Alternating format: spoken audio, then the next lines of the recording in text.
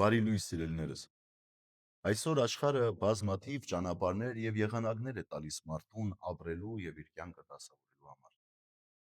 Մեկը գնում է ֆինանսական ճանապարհով, իր համար ֆինանսական հաջողությունը վեր է ամեն ինչից։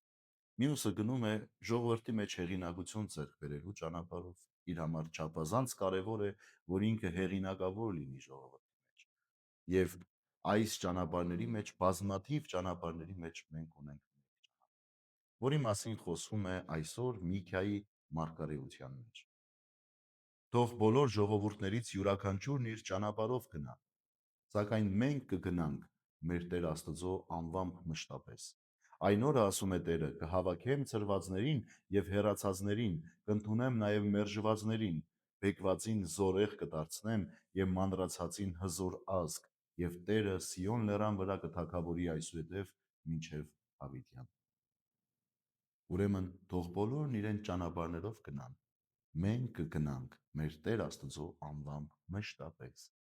Տեսեք ինչպիսի գեղեցիկ օրինակ է մեզ տալիս այսօր Միքիայի մարգարեությունը, Տիրոջ անվամբ գնալ,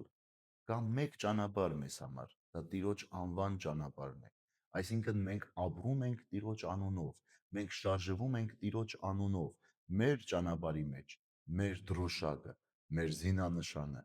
ամեն ինչը, որ մեր աչքերի առաջ է, դա Տիրոջ անունն է։ Ինչքան գեղեցիկ է, երբ գործում է մարդը եւ ապրում է եւ գիտի հանուն ինչի է։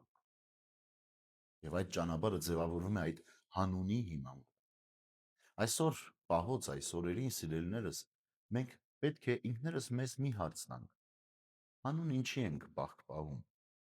Ինչի համար է պետք այս պահքը մեզ։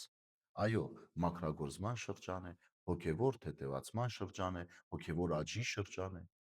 բայց հանուն ինչի։ Հանուն մեկ բանի, որբիսի քրիստոնյան մնա Տիրոջ ճանապարհի մեջ եւ հասնի մեր Տեր Հիսուս Քրիստոսի հարությանը եւ կարողանա հանդիպել Տիրոջ հետ, հարություն առած Տիրոջ հետ։ Ուրեմն թող բոլորը իրեն ճանապարհներով գնան։ Մեկը այսօր կգնա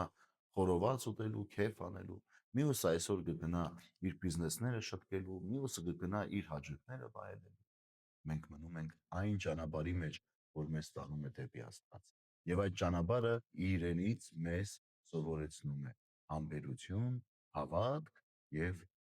հանգիստ խաղաղ ընթացք։ Ուրեմն մնանք այդ համբերության մեջ, մնանք այդ խաղաղության մեջ, Տիրոջ անունով շարունակենք մեր ճանապարհը